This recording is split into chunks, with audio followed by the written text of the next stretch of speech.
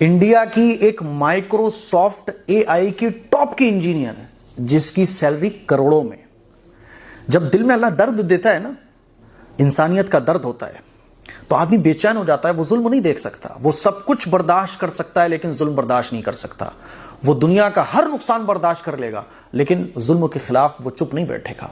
हमारे इंडिया की एक गैर मुस्लिम खातून जिसका नाम है वानिया अग्रवाल, माइक्रोसॉफ्ट की जो है ना वो 50 साल होने पर सेलिब्रेशन चल रहा है। अमेरिका में एक लाइव प्रोग्राम चल रहा था जिसमें बिल गेट जो माइक्रोसॉफ्ट का ऑनर है, फाउंडर है, वो भी वहां मौजूद था और बड़े बड़े लोग मौजूद थे। वानिया अग्रवाल ने सबके सामने खड़े होकर यह बात कही कि तुम पर शर्म आना चाहिए, तुम सब मुनाफिक हो, तुम सब बेगैरत हो।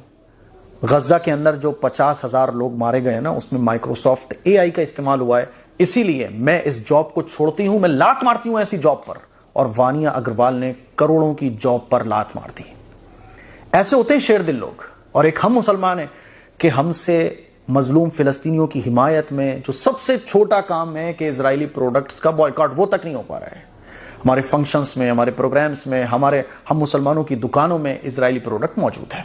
बाकायदा बाज़ लोग तो तर्क देते हैं, मुफ्ती साहब एक कोल्ड ड्रिंक से क्या होने वाला है। कुछ दिन पहले मैं एक प्रोग्राम में गया हुआ था तो वहाँ ये कोल्ड ड्रिंक आ गई, तो मैंने कहा भाई इसको हटाओ बराए मेहरबानी, इसको मैं नहीं पीऊंगा। तो वो साहब कहने लगे एक कोल्ड ड्रिंक से क्या होने वाला है। अरे भैया, एक कोल्ड ड्रिंक से कुछ हो ना हो, कुछ गैरत भी होती है ना यार, कुछ शर्म भी आंखों में होती है ना, कुछ गुस्से और गम का इजहार भी होता है ना। तो बेगैरत हो गए हम लोग, हमारे अंदर की गैरत ही खत्म हो गई। तभी तो ये बात आती है एक कोल्ड ड्रिंक से क्या होने वाला है।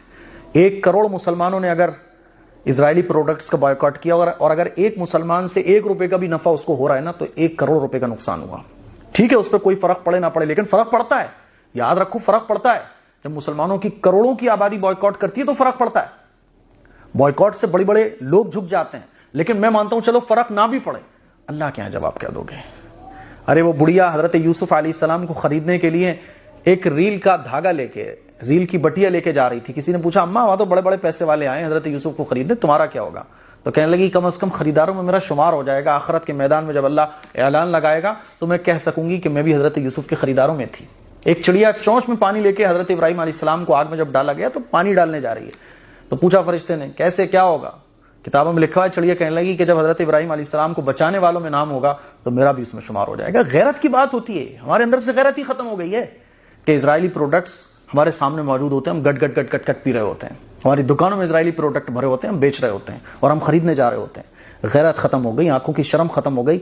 एक वानिया अग्रवाल है जिसके अंदर गैरत मौजूद है, वो जुल्म के खिलाफ ऐसे आवाज उठा रही है कि करोड़ों पे लात मार रही है। और एक हम है कि अपने जायके से भी कंप्रोमाइज करने को तैयार नहीं है।